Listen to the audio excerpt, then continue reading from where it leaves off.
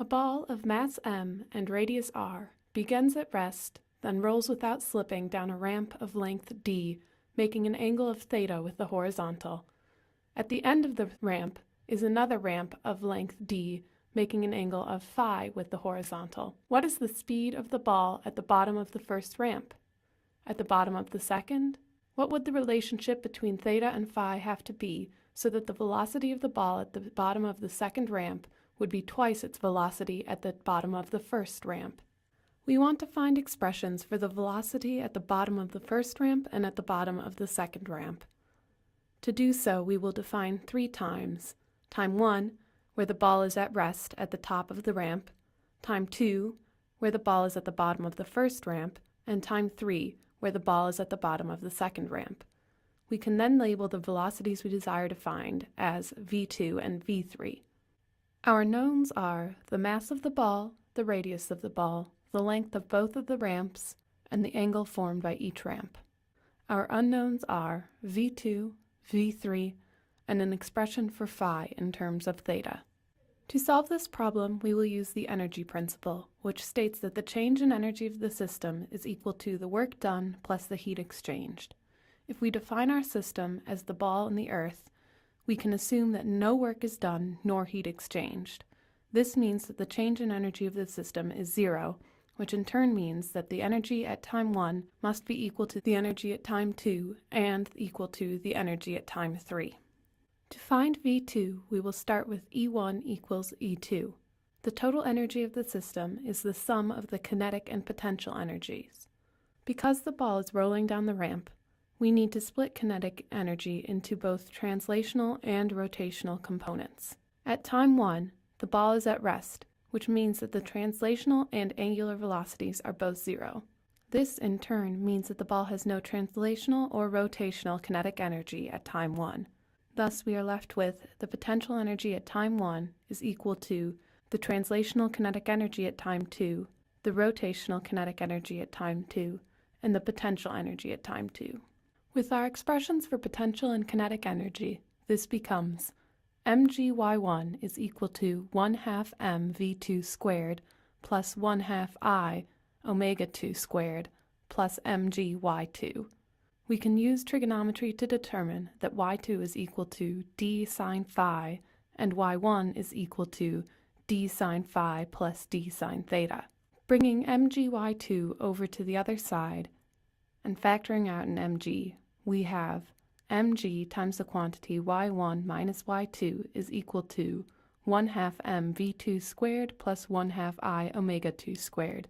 Plugging in the expressions for y1 and y2, we see that the d sine phi terms cancel, leaving us with mg d sine theta is equal to 1/2 mv2 squared plus 1/2 I omega 2 squared.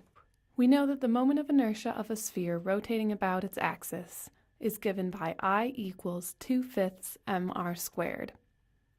We also know that the condition of rolling without slipping tells us that the velocity is equal to the radius times the angular velocity. This tells us that we can plug in v over r for omega. Plugging these two expressions in, we then have mg d sine theta equals 1/2 mv2 squared plus 1/2 2/5 mr squared times the quantity v2 over r squared. The r squared terms cancel, leaving us with two terms of the form mv squared. We then have mg d sine theta equals 7/10 mv2 squared. We can cancel the m on both sides and then multiply both sides by 10/7. Taking the square root of both sides then gives us our expression for v2. v2 equals the square root of 10/7 gd sine theta. Now we will do a unit check on this expression. Inside the square root, we have meters per second squared times meters. This is equal to the square root of meters squared per second squared, which gives us meters per second as we desire for a velocity. Now we will find v3. We will start with E1 equals E3 rather than E2 equals E3, since the lack of kinetic energy terms makes the total energy at time 1 easier to deal with. Additionally, at the bottom of the ramp, the ball no longer has any potential energy, and thus this expression simplifies to the potential energy at time 1 is equal to the translational kinetic energy at time 3 plus the rotational kinetic energy at time 3. We then have mg times the quantity d sine theta plus d sine phi equals 1/2 mv3 squared plus 1/2 I omega 3 squared. Once again, we can plug in 2/5 mr squared for the moment of inertia of the ball and v3 over r for omega 3. This leaves us with mgd times the quantity sine theta plus sine phi equals 1/2 mv3 squared plus 1/5 mv3 squared, which becomes 7/10 mv3 squared. As above, to solve for the velocity, we cancel the m's and multiply both sides by 10 over 7 before taking the square root. We then have that v3 equals the square root of 10/7 gd times the quantity sine theta plus sine phi. Since the only difference between this expression and our expression for v2 is the addition of the sine phi term, the same unit check holds and we know this expression is dimensionally correct. Now we will find an expression for phi in terms of theta so that the velocity when the ball is at the bottom of the second ramp is twice its velocity when it was at the bottom of the first ramp. Starting with v3 equals 2v2 and plugging in our expressions for v3 and v2, we have the square root of 10/7 gd times the quantity sine theta plus sine phi is equal to 2 times the square root of 10/7 gd sine theta. We can square both sides, then cancel 10/7 gd on both sides.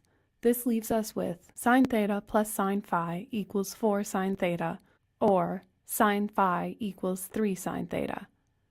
Thus, our expression for phi is arcsine of 3 sine theta. We know that the function sine oscillates between 1 and -1. Thus, for arcsine to return a real value, its argument must be between 1 and -1, which in turn means that sine theta must be between -1/3 and +1/3. Restricting ourselves to positive angles for the purpose of practicality, we now have the constraint that theta must be between 0 degrees and 19 degrees for there to be a real angle phi such that the velocity at the bottom of the second ramp will be twice the velocity at the bottom of the first.